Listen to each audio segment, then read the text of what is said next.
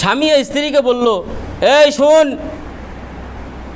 শুন, তুই যদি ফজরের আগের পর্যন্ত, আজানের আগ পর্যন্ত আমার সাথে কথা না কস, তাহলে তুই 1 তালাক 2 তালাক 3 তালাক।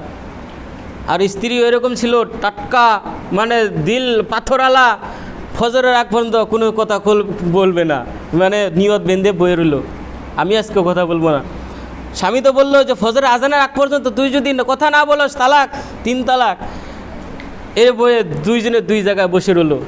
বসে থেকে 1 ঘন্টা, 2 ঘন্টা, 3 ঘন্টা, 4 ঘন্টা চলে গেল, 1 ঘন্টা বাকি আছে। এখন থেকে স্বামী দেখে না, কথা তো বলে না, তাহলে অবশ্যই আমার টুকটুকি বউটা তালাক হয়ে যাবে, কি করা যায়? চিন্তায় পড়ে গেল যে হুজুরের সাথে তো মশওয়ারা করা দরকার। ছুটলো, 1 ঘন্টা টাইম নিয়ে দৌড়ালো হুজুরদের বগলে। ওই সময় দৌড়াইছে হুজুরদের বগলে। তার আগে যদি হুজুরদের বগলে দৌড়াইলো নি, অবশ্যই সে বাঁচলো নি, আলহামদুলিল্লাহ। ওই 1 ঘন্টা টাইম হাতে নিয়ে এসে দৌড়াইছে হুজুরদের বগলে, গেছে ছুটে হুজুরের বগলে, হুজুর আমার বিবির সাথে এই করেছি, আমি এই শর্ত লাগাইছি, ফজরের আজানের আগে যদি তুই তালাক না দেস, কথা না বলস, তালাক কি করা যায়? ওই হুজুরটা বলে দিল, শেষ, আর 1 ঘন্টা সময় আছে, তোমার বিবি তালাক হয়ে যাবে। আরেকজন হুজুরের বগলে গেল, তিনিও বললেন, না না আমি কিছু করতে পারবো না, তুমি শর্ত লাগাইছো, যে শর্ত একটা পাওয়া যদি যায় তাহলে তোমার তালাক হয়ে যাবে, ফজর আজান হওয়ার লগে লগে তালাক হয়ে যাব। এরকম 2-3 জন হুজুরের বগলে যাওয়ার যেতে যেতে তিনি হয়রান হলেন।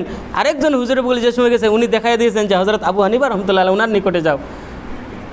যখন ওই সময় টাইম কিন্তু কমে আছে, ইতিমধ্যে তাহাজ্জুদের সময় এখনও আছে, মানে ফজর আজান সময় এখনও আসে নাই, তাহাজ্জুদের সময় এখনও আছে। হযরত ইমাম আবু হানিফা রাহমাতুল্লাহ আলাইহির বগলে গেলেন যে হুজুর এই অবস্থা, আমাকে বাঁচান, আপনি আমাকে বাঁচান, আমার টুকটুকি বউটা তালাক হয়ে যাবে। তখন হযরত আবু হানিফা রাহমাতুল্লাহ আলাইহি বলল, যাও, তোমার বিবি তালাক হয় নাই, বাড়িতে গিয়ে যাও, বলে দাও, যাও, তালাক হয় নাই, যাও। তখন বলে হাসাই, বলো হ, যাও যাও, দৌড়া যাও, সময় কম, যাও, দৌড়ে যাও। তখন বাড়ির দিকে দৌড়ালেন, দৌড় দিয়ে বলে যে তুমি বলে তালাক হও নাই। বলে কিভাবে? বলে হাসাই, হ্যাঁ তালাক হও নাই। হ্যাঁ, এই কথাবার্তা যে সময় বলতেছে, তখন এই পুরা তাহাজ্জুদের যে সময় আছে, হযরত আবু হানিফা রাহমাতুল্লাহ আলাইহি কী করলেন, ওযু করে ওই পুরুষ যে, ওই স্ত্রী যে, তাদের গ্রামের মসজিদে গিয়ে জোরে জোরে আজান দেওয়া শুরু করলো, তাহাজ্জুদের আজান। তাহাজ্জুদের আজান মাঝে মাঝে দেওয়া কিন্তু জায়েজ আছে, ডেলি দেওয়া কিন্তু এটা বিদআত হয়ে যাবে, এটা জায়েজ হবে না। তাহাজ্জুদের আজান মাঝে মাঝে দেওয়া জায়েজ আছে। উনি বছরে 1 দিন আজান দিল, কী হবে? তাহাজ্জুদের আজান দিয়ে দিল। আজান শুনে স্ত্রী বলে ফজর আজান হয়ে গেছে, কেননা ওরা তো বেনামাজি, হুজুরের সাথে কোনো তাল্লুকই নাই।